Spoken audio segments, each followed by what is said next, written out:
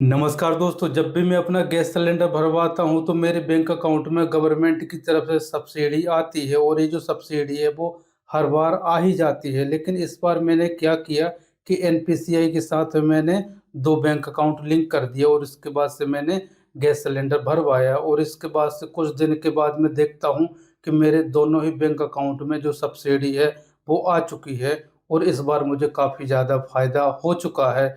तो अब सवाल यहाँ पर ये आता है कि क्या हम एक साथ में एनपीसीआई के साथ में 2 बैंक अकाउंट लिंक कर सकते हैं या फिर नहीं कर सकते?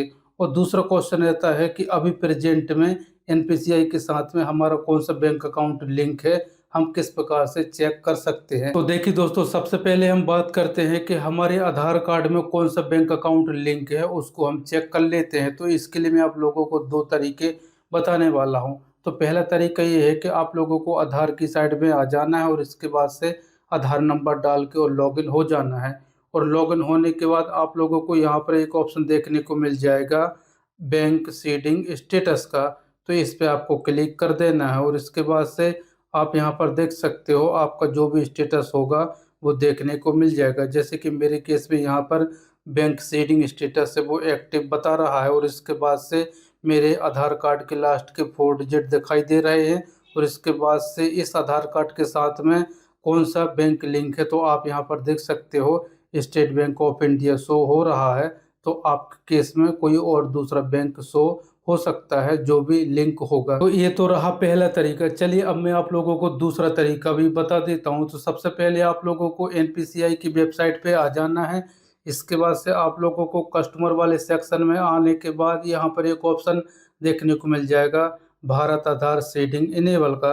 तो इस पे आपको क्लिक कर देना है और इसके बाद से आप लोगों को आधार मैपिंग स्टेटस इस पे क्लिक कर देना है। अब आप लोगों को यहाँ पर अपना आधार नंबर डालेंगे, इसके बाद से कैप्चा डालेंगे और इसके बाद से चेक स्टेटस पर क्लिक कर देना है। इसके बाद से आपके रजिस्टर मोबाइल नंबर पे एक ओटीपी आएगा, तो ओटीपी डाल के आपको कन्फर्म पर क्लिक कर देना है। इसके बाद से आपका जो भी स्टेटस होगा वो देखने को मिल जाएगा। जैसे कि यहाँ पर भी मेरा state bank of India show हो रहा है, यानी कि एनपीसीआई के साथ मेरा जो स्टेट बैंक ऑफ इंडिया का अकाउंट है वो सक्सेसफुल लिंक है। यानी कि सब्सिडी हो या फिर गवर्नमेंट जब भी डीबीटी के तहत मेरे अकाउंट में पैसा भेजेगी तो डायरेक्ट इसी अकाउंट में जो पैसा है वो जमा हो जाएगा। तो इस प्रकार से आप भी चेक कर सकते हो कि एनपीसीआई के साथ में आपका कौन-सा बैंक अकाउंट लिंक है या फिर नहीं है। चलिए अब मैं आप लोगों को बता देता हूँ कि अगर आपके 2 बैंक में अकाउंट है और आप एनपीसीआई के साथ में दोनों बैंक अकाउंट को एक साथ में लिंक करना चाहते हो, तो क्या ये पॉसिबल है या फिर नहीं है? तो दोस्तों मैं आप लोगों को बता देता हूँ कि एक साथ लिंक करना ये पॉसिबल नहीं है। आप एक टाइम पे एक ही अकाउंट को लिंक कर सकते हो, दोनों में से कोई भी।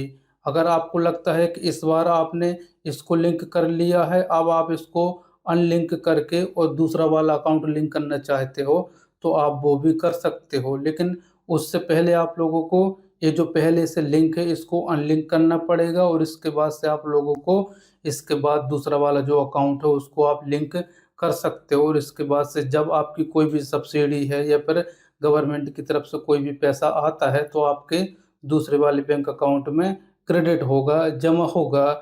एक साथ में दोनों अकाउंट लिंक नहीं होगा, दोनों में से एक टाइम पे केवल एक ही होगा। तो दोस्तों अगर आप भी ऐसा सोचते हो कि मेरे पास 2 बैंक अकाउंट है और मैं दोनों ही बैंक अकाउंट को एक साथ आधार एनपीसीआई के साथ में लिंक कर दूं और इसके बाद से गवर्नमेंट का जो भी बेनिफिट है मेरे दोनों ही अकाउंट में मिल जाएगा, तो ऐसा हो ही नहीं सकता। आप लोगों को एक टाइम पे केवल एक ही बैंक अकाउंट लिंक होगा और सरकार का जो फ़ायदा है आपको एक ही अकाउंट में मिलेगा।